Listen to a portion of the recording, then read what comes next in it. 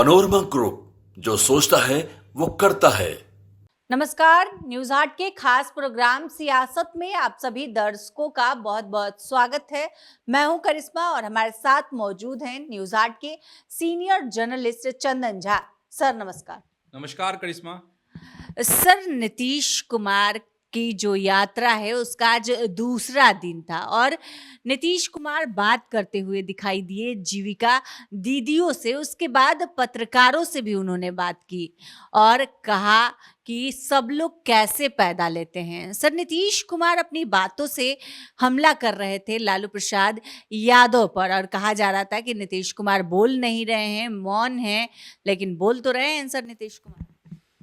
नीतीश कुमार जिस यात्रा पर निकले हुए हैं उसको लेकर शुरू से ही ये है, विपक्ष जो है इस यात्रा को घेरने की कोशिश विपक्षी पार्टियों की तरफ से की जा रही है, खास करके राजद की तरफ से, कांग्रेस की तरफ से। और जैसे था कि महिला संवाद यात्रा, इसके बाद इसका नाम बदल गया, हाँ तिथि भी बदल गई, जो प्रगति यात्रा। लेकिन कल जो मुख्यमंत्री यात्रा पर गए करिश्मा, उन्होंने कोई ऐसी बातचीत नहीं की, नहीं तो उसको लेके अब मतलब तंज भरे लहजे में ही जो विपक्षी पार्टी के नेता हैं वह कह रहे थे कि ये मौन यात्रा है नीतीश कुमार की, क्योंकि बोल नहीं। आज उन्होंने वो सुगौली पहुंचे थे, कई योजनाओं का शिलान्यास किया, उद्घाटन किया है उन्होंने, और जीविका दीदियों से उनकी मुलाकात हुई है, उन्होंने मीटिंग की, बातचीत की, और महिलाओं से भी कहा, जीविका दीदियों से भी सीएम ने सवाल किया कि आप लोग को क्या दिक्कत है, क्या परेशानी है और क्या करना चाहिए, मतलब सुझाव। और पहले ही बात यह सामने आ चुकी है कि सीएम जाएंगे तो बातचीत करेंगे, सुझाव लेंगे, ताकि आगे सुधार हो और योजना, कोई नई योजना वो ला सके, कुछ ऐसा हो, लोग मैंने आकलन कर रहे हैं। तो आज वो चीज़ें दिखी है आज की यात्रा में। जब तक हम लोग इस प्रोग्राम को हाँ रिकॉर्ड कर रहे हैं अपने दर्शकों के लिए, तब तक जो खबर है उसके मुताबिक उन्होंने जीविका दीदियों से बातचीत की। लेकिन कुछ बात फिर जो है आज सीएम की सुर्खियों में आ गई है, और पत्रकार को इंगित करते हुए पत्रकारों से भी बातचीत की है सीएम ने। उसमें एक बात सीएम ने कही है जिस पर मतलब लोग जो हैं उस पर चटकारे ले रहे हैं। लेकिन अगर सीएम के बयान को आप सुनेंगे, जो उन्होंने बात कही है, तो आपको समझ में आ जाएगा। क्योंकि करिश्मा आपको शुरुआत में बताई है आप सबों से कि लालू पे प्रहार किया है, डायरेक्ट नहीं किया है लालू पे प्रहार या राजद पे।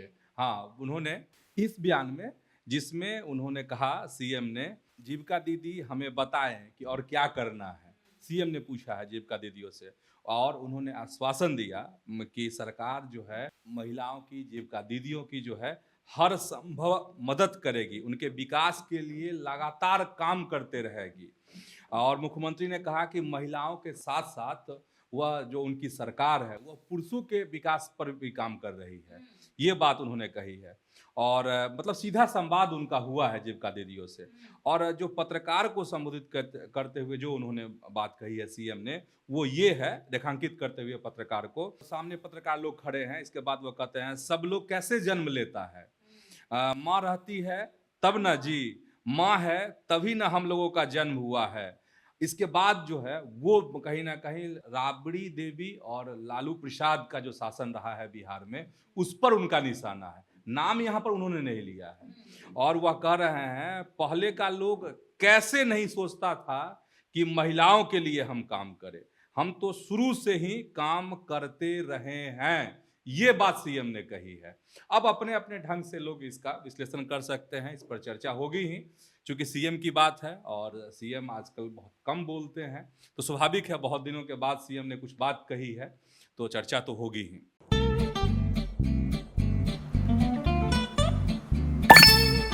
चलो इसको रोकते हैं।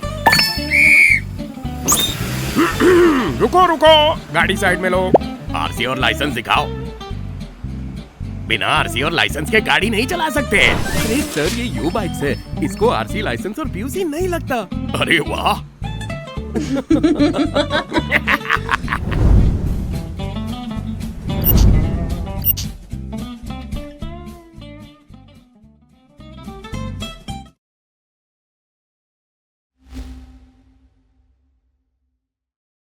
सर, जीतन राम मांझी ने बीजेपी और जदयू को चुनाव से पहले ही फंसा दिया है कि मांग कर रहे हैं सर, 200 यूनिट फ्री बिजली देंगे, 2000 रुपए की मांग किए हैं सर। तो क्या लगता है इनडायरेक्ट रूप से फंसा रहे हैं क्या जीतन राम मांझी?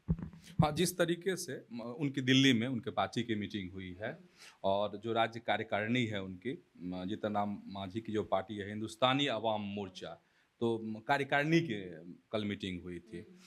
उसमें ये है कि जो प्रेशर पॉलिटिक्स अभी एनडीए में चल रहा है, हर तरफ प्रेशर पॉलिटिक्स है, इंडिया गठबंधन में भी है। और नहीं, महबूब आलम ने कहा था कि 60 सीटें हमारी पार्टी को चाहिए, उधर से कांग्रेस ने कहा कि हमें तो 70 सीटें चाहिए, और इधर से तेजस्वी कह रहे हैं कि हम तो अखिलेश कौन है जानते ही नहीं है। तो प्रेशर पॉलिटिक्स हर तरफ है, एनडीए में भी है। एनडीए में तो मतलब एकदम बहस ही चल रही है इस पर कि अमित शाह ने दिल्ली में क्या कह दिया, ये नहीं कहा। फिर सूरजकुंड में, हरियाणा के सूरजकुंड में जो कोर कमेटी की मीटिंग हुई, वहाँ से जो बात निकली कि नीतीश कुमार के नेतृत्व में ही लड़ेंगे। फिर जब मीटिंग हुई, मतलब जीतन राम मांझी की पार्टी, तो इसमें ये लोग मुहर लगाए, मतलब इनकी पार्टी से भी कहा गया, मांझी की पार्टी की तरफ से, कि हम लोग नीतीश कुमार के नेतृत्व में ही 2025 का विधानसभा चुनाव लड़ेंगे। बीजेपी कही दी। अब क्या हुआ कि इस मीटिंग में जो कई प्रस्ताव पास हुए हैं, 9 प्रस्ताव पास किए हैं पार्टी ने, मांझी की पार्टी ने, तो उसमें इस तरह की मांग की गई है, इस तरह के प्रस्ताव पास हुए हैं, जिसको लेके कहा जा रहा है कि ये कहीं ना कहीं बीजेपी को यहाँ पे यह पार्टी, मांझी की पार्टी ने फंसा दिया है। जदयू की को फंसा दिया है इस पार्टी ने, क्योंकि उसमें अब सबरी माता योजना की बात है, कि ये योजना लाएंगे, फिर अंबेडकर की हाँ, बेरोजगारों को भत्ता मिले, फिर है कि बिजली फ्री हो, जैसे हाँ, जैसे कि 200 यूनिट बिजली फ्री किन के लिए? उनके लिए भी जिनके पास 5 एकड़ से ज़्यादा ज़मीन है, उनके लिए भी है। अच्छा, इन्हीं सब चीज़ों को तो तेजस्वी यादव भी दोहरा रहे हैं, आई बहिन मान योजना, जिसमें 2500 रुपये मिलने हैं, तो ये मांझी भी कह रहे हैं। तो कहने का मतलब यहाँ पर ये है कि ये भाषा जो है कहीं ना कहीं विपक्षी पार्टियों की भाषा है, जो इनकी मांगे, जो इन्होंने प्रस्ताव पास किए हैं, तो उसी से लोग कह रहे हैं कि जो इस तरह के प्रस्ताव हैं वो परेशानी का सबब है। किसके लिए? तो बीजेपी के लिए भी, और नीतीश कुमार के लिए भी, उनकी पार्टी जदयू के लिए भी।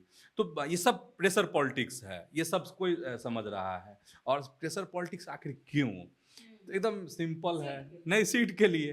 तो ये है, और वाकई में है तो जरूर जिस तरह की मांगे और प्रस्ताव, हाँ, जीतन राम मांझी की पार्टी ने जो प्रस्ताव पास किए हैं, अब ये देखने वाली बात होगी कि नीतीश कुमार क्या फैसला लेते हैं, बीजेपी इन सब चीज़ों को लेकर क्या होती है, क्योंकि आगे जब गठबंधन की तरफ से सीटों को लेकर तय होगा, फिर कॉमन मिनिमम प्रोग्राम बनता है, तो इन सब चीज़ों पे चर्चा होगी। क्योंकि विपक्ष तो है ही, मतलब तेजस्वी यादव तो लगातार कह रहे हैं कि हम ये लाएंगे, हम ये करेंगे। वो सब अगर देखते हैं करिश्मा, तो प्रेशर तो बनेगा ही। किस पर? नीतीश कुमार पर, क्योंकि मुख्यमंत्री वह हैं, उनकी पार्टी सत्ता में है, तो प्रेशर तो बनेगा ही बनेगा। अब बहुत दिलचस्प होने वाला है, बहुत तरह की योजनाएं जो है लोग कह रहे हैं, जो समझते हैं राजनीति को, कह रहे हैं कि बहुत तरह तरह की योजनाएं आने वाली है। वैसे भी सीएम बिहार घूम रहे हैं, बताए ही अभी हम लोग खबर में। सीएम जो घूम रहे हैं और जब मंथन अभी कर रहे हैं, तो उससे कुछ बड़ा निष्कर्ष निकलेगा। कई तरह की योजनाएं आ सकती है। अच्छा, एक पिछले दिन खबर आई थी, बता देते हैं, जो हो सकता है कि अपने बहुत सारे दर्शकों को जानकारी होगी उसकी, कि केंद्र भी एक तैयारी कर रही है, एक केंद्र में एक मंथन चल रहा है कि महिलाओं को अलग से भत्ता दिया जाए देश भर में। किस तरह का भत्ता होगा? वैसी महिलाओं को जो कामकाजी नहीं है, मतलब घरेलू महिला हैं, उनको भत्ता देने पे मंथन चल रहा है केंद्र में। तो इसीलिए हम कह रहे हैं, और जितनी समझ है मेरी, कि आने वाले समय में बहुत तरह की योजनाएं आ सकती है, कई बड़ी घोषणाएं हो सकती है, बिहार में भी हो सकती है। बिहार की जो सरकार है एनडीए की, वह भी बड़ी घोषणा कर सकती है, केंद्र से भी बड़े ऐलान हो सकते हैं। पनोरमा ग्रुप, जो सोचता है वो करता है। सर, अवध ओझा ने अरविंद केजरीवाल की तुलना भगवान श्री कृष्ण से कर दी है और उन्होंने तारीफों के पुल बांधे हैं अरविंद केजरीवाल को लेकर। क्या कर रहे हैं सर अवध ओझा? अवध ओझा तो बहुत कुछ कहते हैं। अगर अभी नई बात पे आएंगे, पुरानी बात, बहुत सारे दर्शक देखे भी होंगे, उनके वीडियो वायरल भी होते हैं। वायरल टीचर हैं, पढ़ाते कैसा ये हम नहीं जानते हैं करिश्मा, कितना डेप्थ है उनमें। ये हमको नहीं पता है, जो पढ़े होंगे वही स्टूडेंट जानते होंगे, लेकिन जो उनके वीडियो वायरल होते हैं उससे ये बातें समझ में आती है। वो कट्टा की बात करते हैं कि अरे हम तो गोली चलाए, हम ये हुए, इसका मास्टर बने, पढ़ाए, ये वो।